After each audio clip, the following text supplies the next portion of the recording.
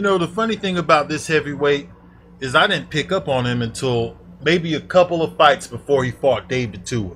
This was actually one of the heavyweights that my father had told me about. Now, that time period where Ibeabучи was fighting, it was during the late 90s when he was fighting. He only fought for a small amount of years. I knew it wasn't long, so I went back and looked, and he fought from 1995. Well, no, he started in 94, and he fought till 99. So at the end of 1994, he started fighting, and he was only fighting until the Chris Bird fight. And then after that, he caught the charges, and we know what happened, which we don't want to get into that because he did his time. You know, reflecting back on that time period, there was a lot of heavyweights in the late 90s, and we didn't know who would emerge as the top heavyweight. At the time, Lennox Lewis was still the top dog as far as I was concerned. He was the main man. I know it was in the late 1990s when him and Evander Holyfield did their thing. I can't remember what year that was, but I remember thinking that Ibeabучi was my favorite of the lot. He was my favorite. He beat David Tua, who was also one of my favorite fighters of that time period. I know during that time period you still had Michael Grant. Shannon Briggs was actually a ranked fighter back then. David Tua was a name. Galata. You had Hasim Rotman. He was around during that time period. And people knew about the Klitschko's at that time too. The excitement from the early to mid 90s was already starting to go away in the late 90s. And this guy was a breath of fresh air for me, man. I thought that he was going to come in there. I thought for sure he could beat everybody else, but I wasn't sure about Lennox Lewis and Evander Holyfield. I was never that impressed with Michael Grant.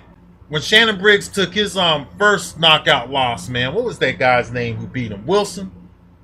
When he took that first knockout loss, man, I wasn't that big on Briggs again. This guy beat David Tua, who I thought was a very good heavyweight. Mike Tyson was still around at the time too. My heart always went with Mike Tyson, but I honestly believe that there was a few heavyweights that could beat Mike Tyson after the Holyfield series, man. Ike was one of the guys that I was afraid to see Tyson get in the ring with. I didn't want to see Tyson get in the ring with Tua either. For some reason, I just thought that those were bad matchups for Tyson. I thought Tyson could have beat Michael Moorer and some of the other heavyweights, maybe Michael Grant. I knew Mike Tyson was way past his prime. So I was looking at other heavyweights at that time. Lennox Lewis was getting up in age, so I knew he wasn't going to be around forever.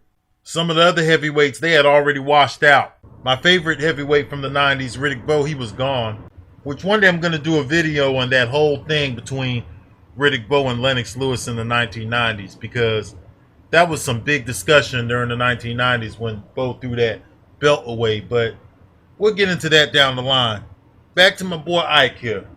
After he fought David Tua, I watched the rest of his fights live. I watched one fight before that David Tua fight. I can't remember which one it was, but I watched one of them live because I watched it with my father, you know, around 1997 or so.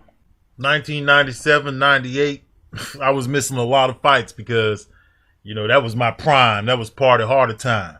But seeing him come back, and Mr. Boxing Today, the heavyweight channel, was the first one who informed me. I was watching one of his videos. But seeing him come back now, at the age of 43, does he have a good chance? That depends. That depends if he comes back in shape. Everybody's saying he's in shape, but I haven't seen enough yet. I'm with Mr. Boxing Today. I think he said something similar, but I think that that's the key factor, is that this man has to come back in shape. He's coming back to a heavyweight division too, where the heavyweights are much bigger than they've ever been. The most recent comeback that I observed was that of Razor Ruddock, which was an embarrassment. A total embarrassment. But I think I had left a comment under Mr. Boxing Today's video, and somebody made a good point under his video and said, well, you know, Razor Ruddock was 10 years older than Ike, which is true. If you're going to come back, I prefer to see somebody come back in their 40s than in their 50s.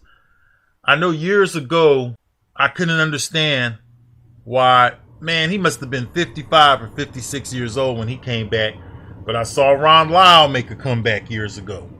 Oh, man, it was a long time ago. When he was in his 50s, though. I saw Ernie Shavers.